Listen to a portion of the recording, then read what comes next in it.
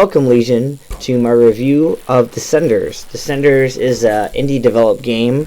It's basically a game where the levels are randomly generated every time, and you progress through these different types of mountains, and you can pick your rider and you go over these mountains and do certain tricks, and you have about 4 different crashes you can do before you immediately get eliminated. You start over and the mountains are generated again. Now this game has quite the physics engine, with your character falling over things and his bike getting clipped on things.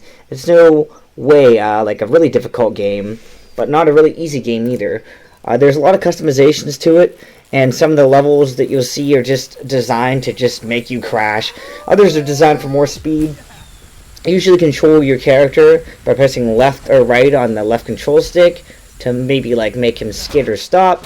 As in all racing games, left trigger is brake, but your brake does make you slide because you're riding down a hill. You use the right stick to do jumps, and you use the right control stick to speed up if need be. Now the physics is really brutal in this game, and there is a tremendous sense of speed as you're flying down these hills, and a lot of these hills are just covered in trees, and any impact with these trees at a high speed will just decimate your rider.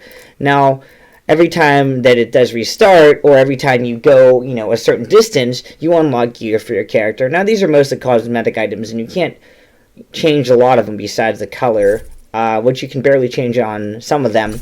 There are certain things that are locked by sponsors, and you unlock these sponsors by doing what are called boss levels, and these boss levels are usually a very difficult jump.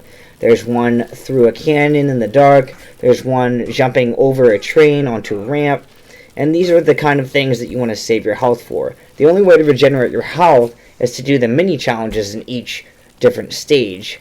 And some of them are ridiculously hard and not worth it, and some are just like, don't crash, The gear is pretty cool. There's a lot of Xbox gear. You can actually customize the name on it, so mine says Plague of Rob on my back. And different sponsors are based on different tricks. Kinetic is more about high speed. There's one based on tricks, and there's one just based on style. Depending on the sponsor, sometimes they'll modify the tracks in such a way where you'll get more tricks or you'll get more speed. The game is always online, meaning that there's always going to be players that are driving around on there and they can jump in your game at any time, because I think it's all on the same server. However, these riders don't influence you in any way. They can't hit you when you're riding, they can't send hate mail to you, they can't do your mom. They're just kind of there to be there. It's just fun to know you're not alone on this mountain, even though the main premise of the whole game is that you're alone on these mountains and these races. The only reason that they're really there is to just, be there, and I can't figure out how to message people or group up with people. They just kind of pop in my game, and that's it. There's races, but they're not really races, because it's all based if you get to the finish line. All you have to do is get to that sweet, sweet finish line, and sometimes there's actually races where there's no really guide rails. You just kind of ride around as you so please. As long as you get to the end of the track, it's all good. You can go off the track as much as you want, really, but the more you go off the track and the more you try to do tricks, the harder it is, and your character cannot take a lot of falls. He's jumping off like 100-foot rails, so I feel like no one could really do this well. It's pretty difficult to go up an entire ramp, down a hill, and then jump over a train track and survive. I've never seen that happen in real life, nor would I try it. The game runs amazing, probably 60 FPS, and it's really cool to just ride and be free. The soundtrack's kind of forgettable. It's just the same thing, like Story So Far, Beartooth, punk kind of stuff. The environments, there's actually a training area that you spawn in, and you press start to ride, and you can pick the tracks and climb the mountain, or you can just drive around the training area and just kind of hang out. There's not a whole lot besides that. There's bikes that perform a little bit better, but a lot of it just relies on your skill. It's about timing your jumps and landing when it needs to land. This is not a game that you can just play and pick up and instantly master. This takes time to go through the tracks and learn where things are, and you might die a few times before you get there, but keep in mind, every time you restart the game, it's a new track. You're also going like 85 miles an hour down a hill on a bike, so it's pretty debilitating. If you don't have fast reaction time in games, you're not going to be able to play this game very well. This game runs so quickly, and your rider's going so fast, and many times trees just pop up in front of you. They're pretty easy to spot from a mile away, but it's not easy to adjust your rider mid-flight. and rocks and heavy bumps will always, destroy your rider. And there's times where I went through races barely scraping by to my life.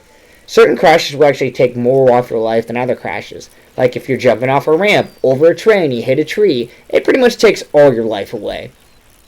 Eventually you'll get to different mountains.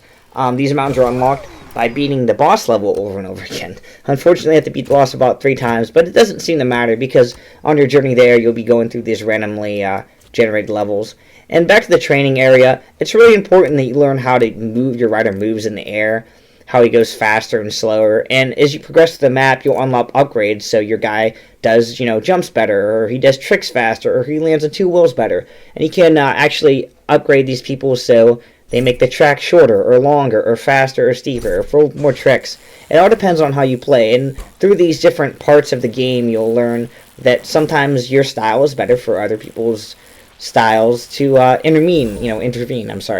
And it's very difficult but like satisfying game. It's super satisfying when you go through a level and you actually make it through by the skin of your teeth. And it's just really cool. You can dress your ride up with like chicken suits, and you can put like booty shorts on them and stuff like that, and it's all in the fun. But you're gonna have to spend a lot of your time concentrated on not falling off your bike, because your guy is just, oh my god, he's just a ragdoll waiting to happen.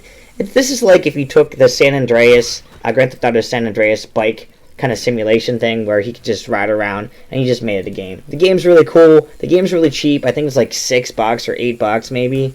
It is on Game Pass if you have Game Pass on Xbox. If you don't, you have PC, that's too freaking bad. I guess you're buying it. But I would buy it if it's cheap, if it goes on sale. It's a lot of fun. It's an adrenaline rush. It definitely keeps your blood going when you're barely scraping by. It's definitely not for someone with slow reaction time. This game is going to hinder a lot of people, and it's going to get a lot of people aggravated. I particularly have a terrible temper when it comes to games, so there's a few times where I just freaked out and quit playing the game for a little bit, but it's all good. It's very cool. The customization options take forever to unlock, as do the other mountains, but it's so worth it. And even if you don't unlock those mountains, there's not a whole lot different besides the terrain and the weather. So play the game and enjoy yourself. It's one of the few biking games that I've ran into that's actually tolerable besides Lonely Downhill Mountains, which I'm going to review later. As always, I have the Patreon set up. It is on my YouTube channel page. The Patreon is also on the Facebook page as Soulless Korean. If you could donate any money, like a fucking $1, that'd be great. It's hard running this channel. It's hard doing this editing myself, and it'd be nice to hire somebody to edit the videos for me. Subscribe and like the video, and I'm going to throw some videos at the end for you guys to check out as well. Alright, thank you for watching, and this has been Soulless. See you next time on next Soulless Reviews.